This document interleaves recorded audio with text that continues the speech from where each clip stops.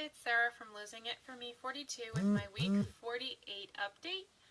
I had vertical sleeve gastrectomy on October 26th, 2016. Sorry, I had just had an MRI and I took medication for the pain from the MRI, and as you can see, I'm a little loopy. So let's see if I can get through this. I had vertical sleeve gastrectomy on October 26, 2016. My high weight was 389, and that was in April of 2016. My surgery weight was 324.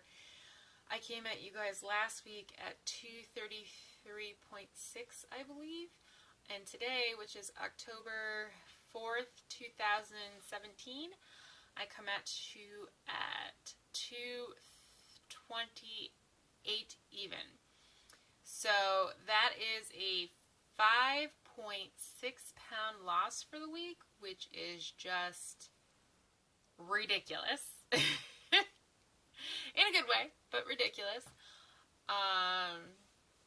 It's 161 pounds overall, and I think like 96 pounds since surgery, so holy crap. Not only did I hit a new decade, I hit my goal decade, and I dropped into obese class 1. So, yay! Very happy about that.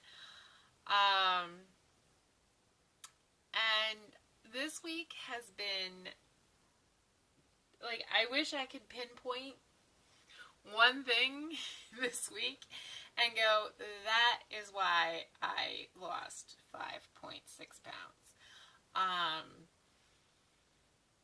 I think it's a combination of things. I had a carby weekend, but overall I've been working at lowering my carbs, like severely lowering my carbs. And I was doing pretty good at that. I got like most days around like 20 to 25 total carbs and around like somewhere around 20-ish to 15-ish net carbs. So I was doing really well on that.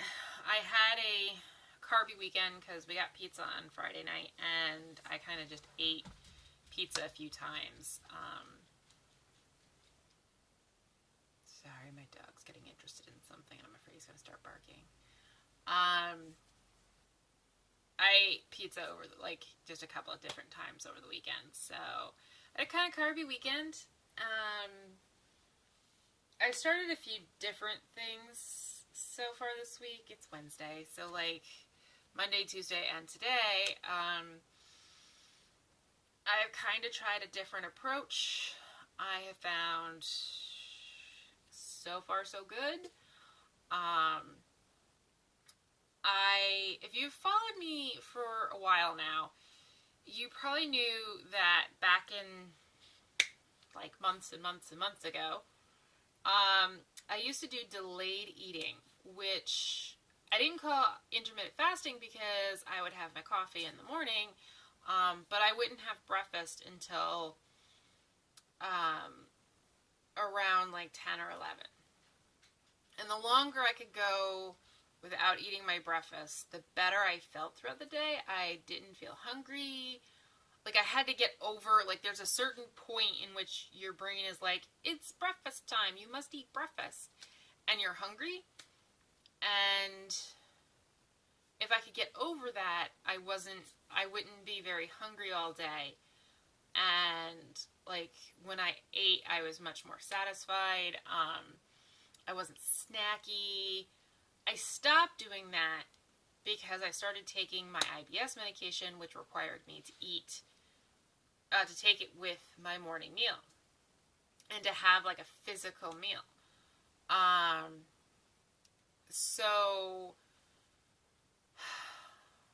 something Anna VSG said in one of her most recent videos, she was talking about how she does keto. And she basically says, like, she does keto, but she doesn't add fat in. Like, she doesn't really try to get her fat extra high. Like, she doesn't add, like, she eats fatty meals, but she doesn't add extra fat to it. Like, she doesn't have bulletproof coffee or, you know, add more fat than is already in the thing. And that sparked something in me and made me really start thinking about it. Because I didn't like, in my head, I was just like, keto equals fat. Like, you can't, I don't understand. Like, and I was like, if that's the case, what I'm trying to do, is try to get into a really severely low carb. My body reacts very well to low carb. The lower the carb intake, the better my body reacts. So I started doing some more research into keto. I had tried it before, but I never felt really great on it because I couldn't get the macros to work. My protein, fat, like, I get the low carb, but I couldn't get the protein and fat to, like, balance the way that keto is supposed to balance and stuff. So I found a bunch of, and people told me of a bunch of really great keto resources. I personally found Keto Christina, I believe that's her name, to be the one that I really felt I got the most information from. And she even goes to say that, and again, I want to preference all of this with, I am not a doctor, I am not a researcher, I'm just talking about what I have heard other people, like, information I have taken from what other people have said. They're not doctors, they're not always, you know, medical professionals of any type. Research, talk to your doctors, don't go on anything I say. Hopefully what I say, if it does interest you, sparks you to do your own research and to follow up with real people.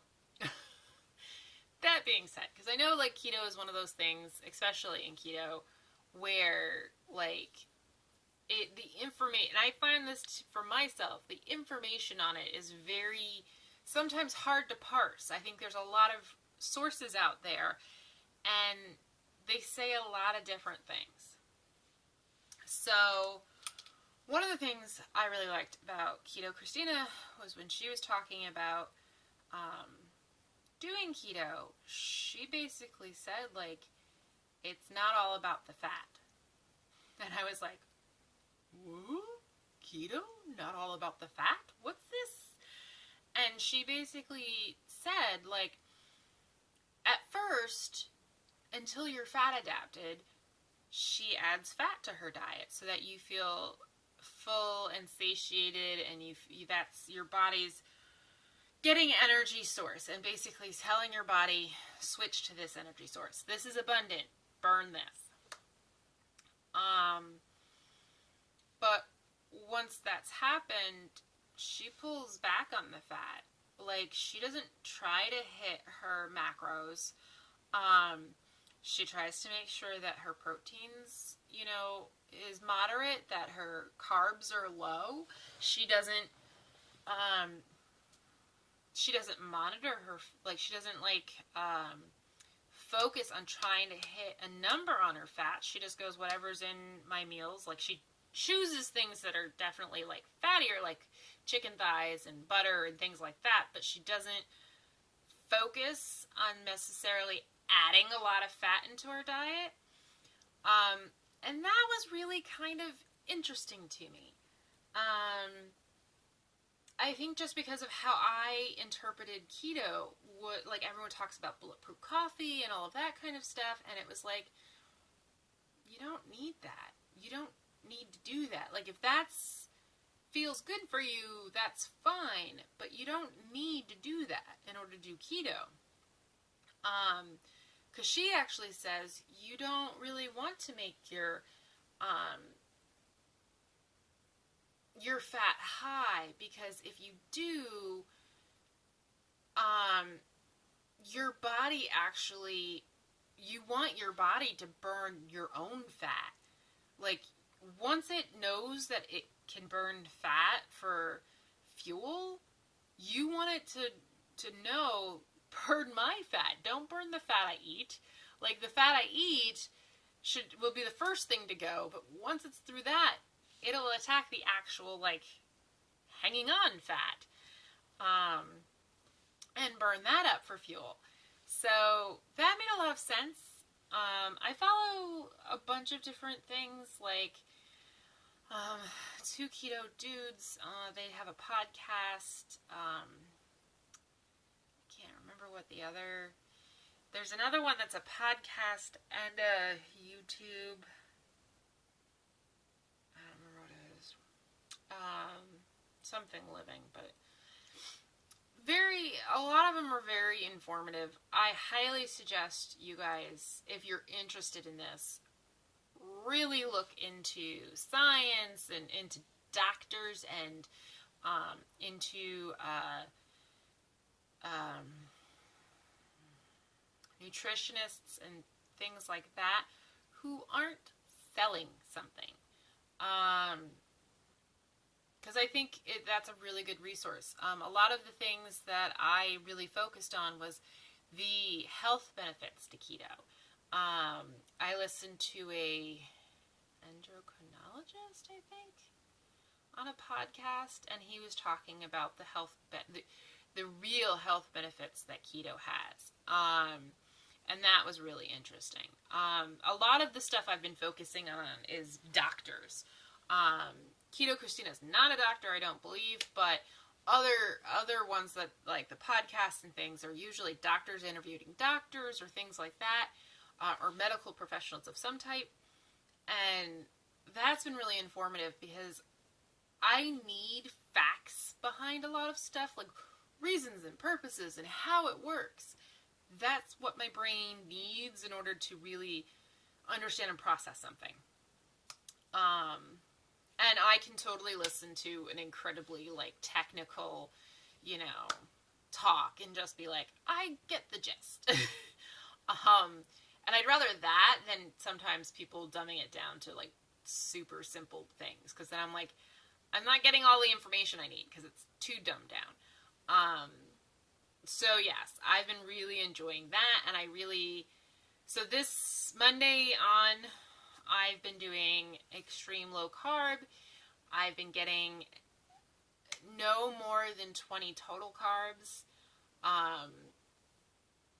Some days, like, I think it's been kind of close to 15 total carbs. Net is even less. Did I talk about delayed eating? I don't remember. Sorry, guys. I'm a little not here. I think I talked about delayed eating. Anyway, to get back to that, on top of doing keto-ish, severe low carb, a little added fat, like in the morning I have eggs and I've added bacon to it, and things like that. Like, most of the, like, if I'm cooking, I'll cook with butter. So I'm adding, like, a little bit of fat, but I'm not going, like, here's something hugely fatty, like, eat this.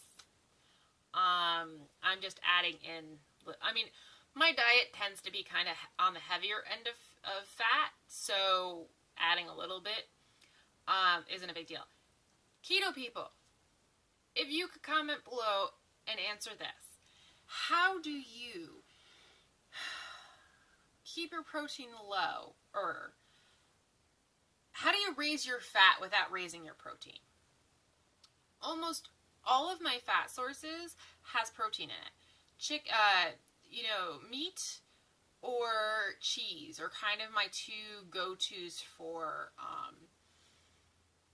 fat, where I get most of my fat from, and I'm like, each one raises my protein.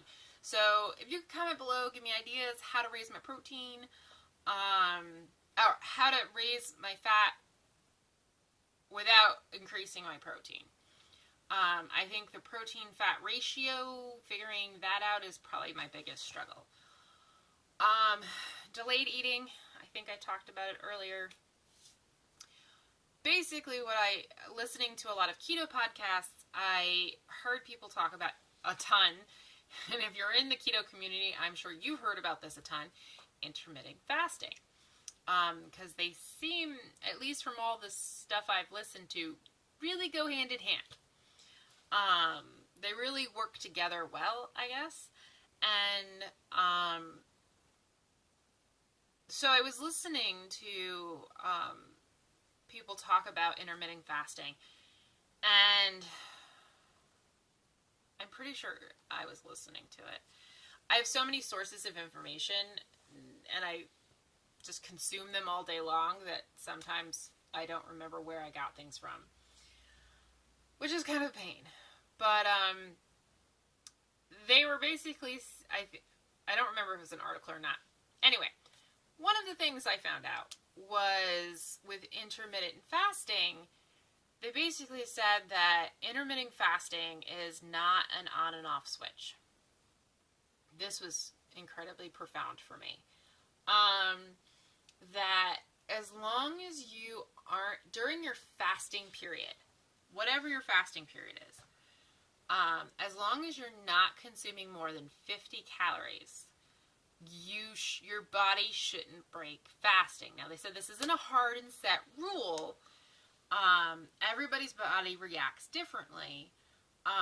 But in general, as long as you stay below 50 calories, your body shouldn't basically wake up and start into feast mode. So I thought that was really, important for me, because that meant I could have my coffee with my almond milk and with, some, my flavor pumps, and I was good to go, because it's like 10 calories. Now, most people, both in keto and in intermittent fasting, talk about artificial sweeteners and how those affect your blood. One of the other things that people have said is, and this goes for pretty much everything, it all depends. Nothing is a hard and set rule. If your body reacts to artificial sweeteners as if it was sugar, then yes, it's going to break your fast. If they don't, then it won't. How you know? I'm not quite sure. I know that for me, it seems to work for me. When I have them, I don't feel necessarily hungry. I don't feel like, turned on, even though there's no on and off switch. So I find it fine for me to have my morning coffee with a sweetener and not seem to break my fast. The downside of intermittent fasting was, the reason I stopped doing delayed eating was for my IBS medication, and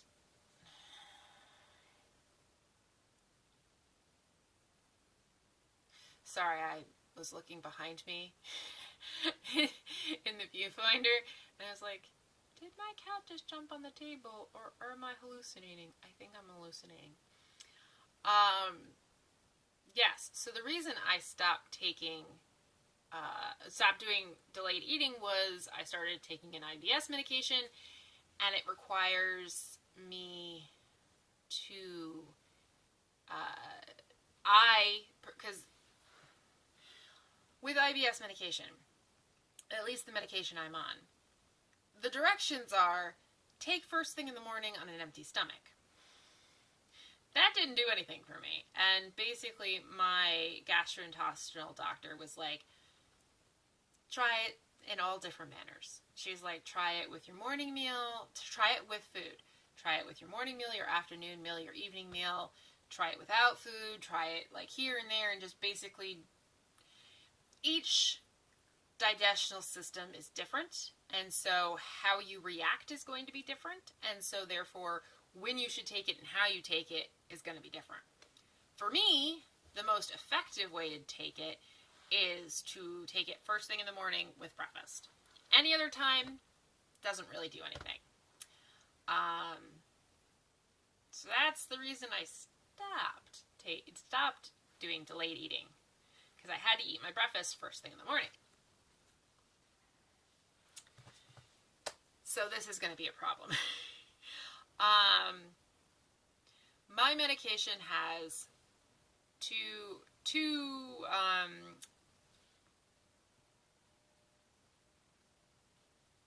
benefits. Let's go with that. One is that it deals with constipation, and the other is that it deals with ultra-sensitive and, in the long term, painful sensation in my digestional tract. Recently, when I had to renew my medication, my pharmacy doesn't always have it, and so I had to wait a few days to get it. And even 2 days off the medication, I could totally tell a difference in just how my intestines feel. Super hyper aware and painful. So it was like, so with these two things that it deals with, when I do delayed eating, I don't get help with constipation, but I do get the benefits of the desensitivity. So I'm kind of trying to deal with that, because even eating at like 10, I'm not getting the same reaction. I don't know why. But its reaction is inconsistent. At the same time, this drug does tend to stop working, and you kind of have to go off of it and then go back on it. Basically, don't take it for like a week and then take it. God knows why. I don't even think my doctor does. From what I understand, it's a super new medication, and there's not as much information out there. But yes, so that's going to be an issue. So those are the two things that I've done. The one thing that has been done to me is I'm premenstrual. So of late, I've been dropping big numbers right before. Of course, if you've paid attention, it's only been about 2 weeks. So I feel like I think it's only been like 2 weeks. So at the end of this week, which is where I figure it's going to come, it'll be 3 weeks since my last. So yeah, it's just so odd. Most people have their hormones get out of whack, and they have inconsistent periods at the beginning. First few months. I am a year out, and I'm only starting to have this issue now, where I am having frequent and just weird, inconsistent periods. I was having them on the fucking dot, and now it's like, nope, we're just gonna come early. We're gonna come early, and we like to visit, so we're gonna visit you twice a month. It's gonna be great. Yeah. So, very interesting things. I'm very engaged in these podcasts and things. I'll try to link them below. Might take me a little while, but I'll try to get it below of all the information kind of I've been sucking in and from different places. I'm finding a lot better mental stuff, getting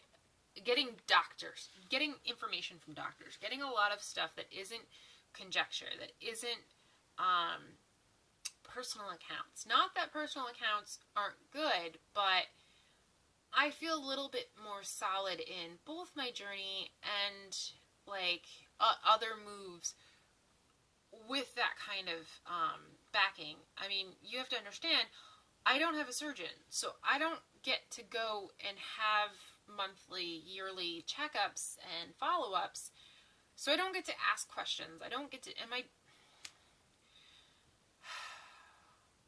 surgeon, and I'm thinking this, a lot of people might also face this, that surgeons are kind of stupid. Or not so stupid, but just naive or ill-informed. The more information I get on things, the more I really see that a lot of it, like a lot of surgeons go like, no straws. There's no medical evidence against straws. There are a lot of things that, like, the fact that most surgeons tell you because of the restriction you will lose weight, and it's like, they know now that restriction isn't what causes you to lose weight. It's a set point thing. It's hormonal. They just don't understand how or why. And I don't know if surgeons know this, but they tell you restriction because they can't explain it, because they literally don't know. Like, they don't know. They thought it was ghrelin, they thought it was all of this stuff, but they really don't know what makes surgeries, like what the hormonal change that makes surgery successful. They just know that there is a hormonal change, it's that signals change in from your gut to your brain, and all of that causes a new set point, but they don't know how that works. They just know it works. One doctor was talking, and he was like talking about ulcers, and they were like, one of the main treatments for ulcers was stomach surgery for the longest time, and they realized that ulcers were I don't remember, I'm sorry, I'm kind of stoned. I don't remember, this is what muscle relaxers do to me. I don't exactly remember the story. It was something about, they realized the cause of ulcers, and it was like, I want to say it was hormonal or something else, but there was another real cause for ulcers, and he said, and you could treat it. And he said, but for the next 10 years, they still performed the surgery.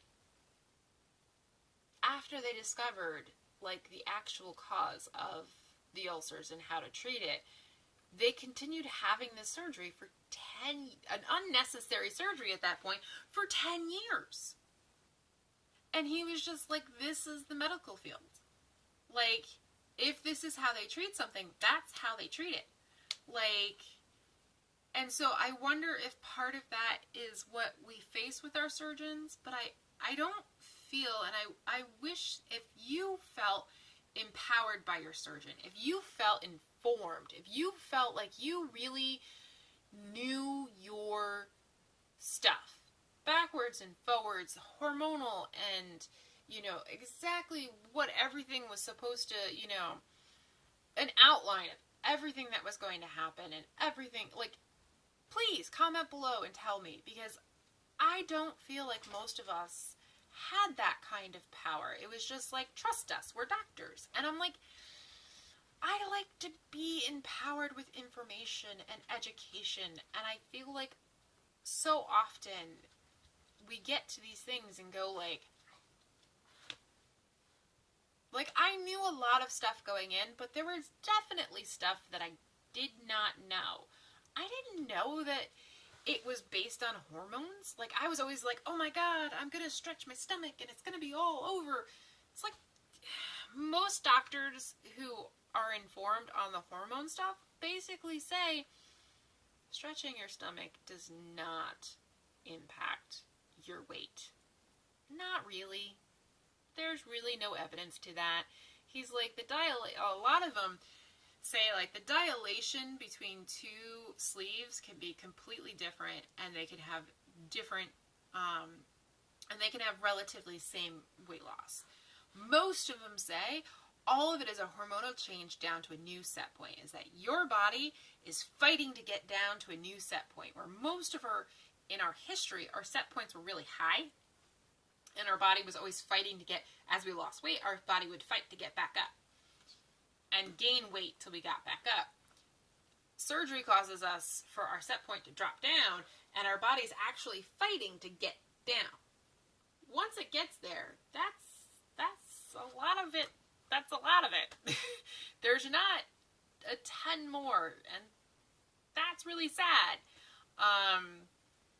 And most doctors say, like, I was listening to one podcast where two doctors were talking, and one doctor was basically saying, like, it's like holding a life preserver under the water. When you try to lose more weight after you reached whatever the set point is, it's like trying to hold a life preserver under the water.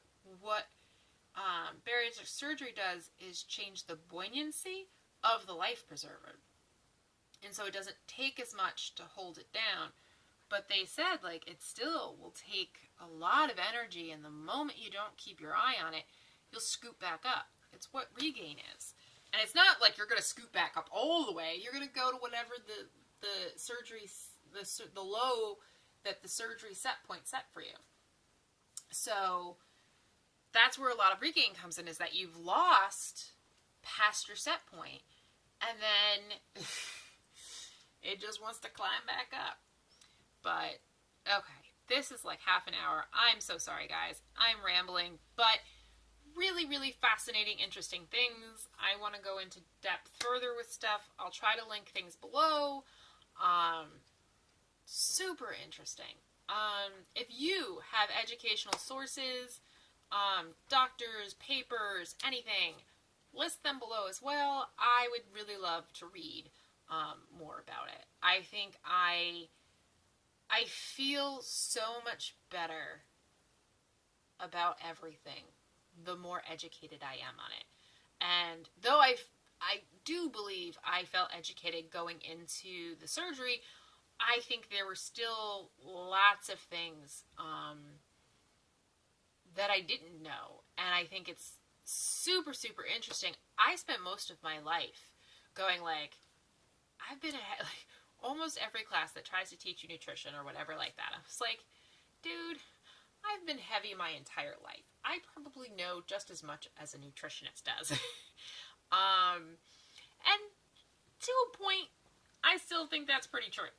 But I think that there's definitely avenues and things that are very interesting.